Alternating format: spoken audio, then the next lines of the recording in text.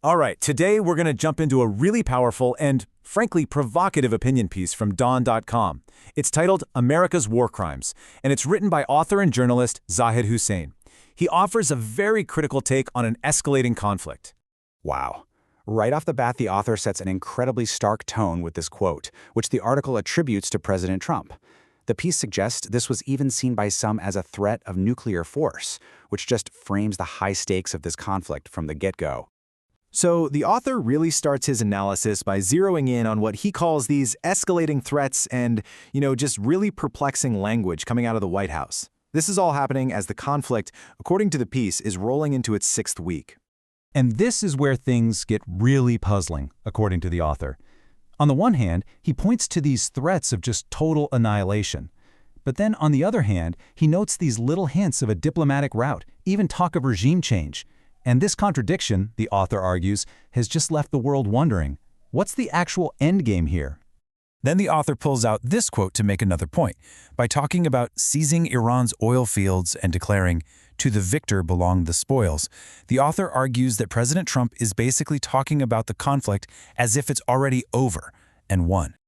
Okay, so moving on from the rhetoric, the article then argues that the conflict took a much more serious turn. It claims the fight shifted from just military objectives to these widespread attacks on the very fabric of Iranian society itself. And to really drive home the human cost, the author cites this absolutely devastating number. He reports that a missile strike on a school killed more than 150 girl students on the very first day of the war. It's a really specific, terrible claim he uses to highlight the impact on civilians. And the piece argues this wasn't just a one-off. The author broadens the scope of his claim here, writing that the attacks by what he calls the U.S.-Israel coalition were systematic.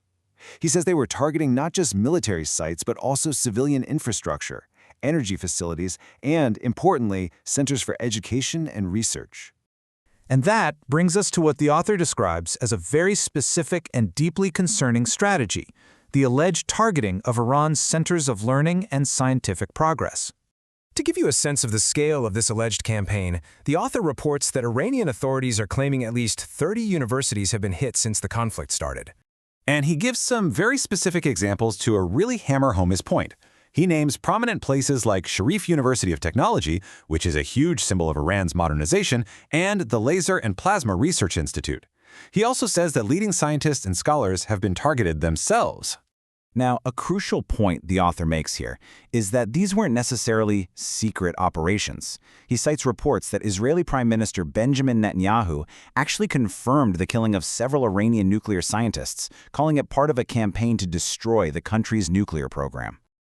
So all of this builds to what the author sees as maybe the most dangerous part of this whole situation, the way the war is being framed.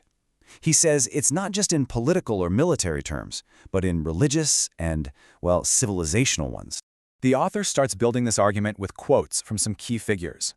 First, he points to the U.S. Defense Secretary Pete Hegseth, who he says framed military action with this kind of Christian moral reasoning, praying for overwhelming violence. And then the article makes this really extraordinary claim. It says that American troops are reportedly being told that this war is meant to pave the way for the end times, to literally trigger Armageddon and the return of Jesus Christ. The author also brings in the U.S. ambassador to Israel, Mike Huckabee. According to the article, he justified potential Israeli expansion across the whole Middle East by referencing promises made in the Bible. And finally, the author includes a comparison that was reportedly made by Prime Minister Netanyahu. He's said to have likened Iran to the Amalekites, an enemy from the Hebrew Bible that God commanded to be completely destroyed. The author argues that this kind of language, which frames the enemy as pure evil, is used to rationalize extreme aggression. So after laying all of this out, the author argues that this strategy hasn't actually led to a victory. Instead, he says it's created a dangerous and really unstable deadlock.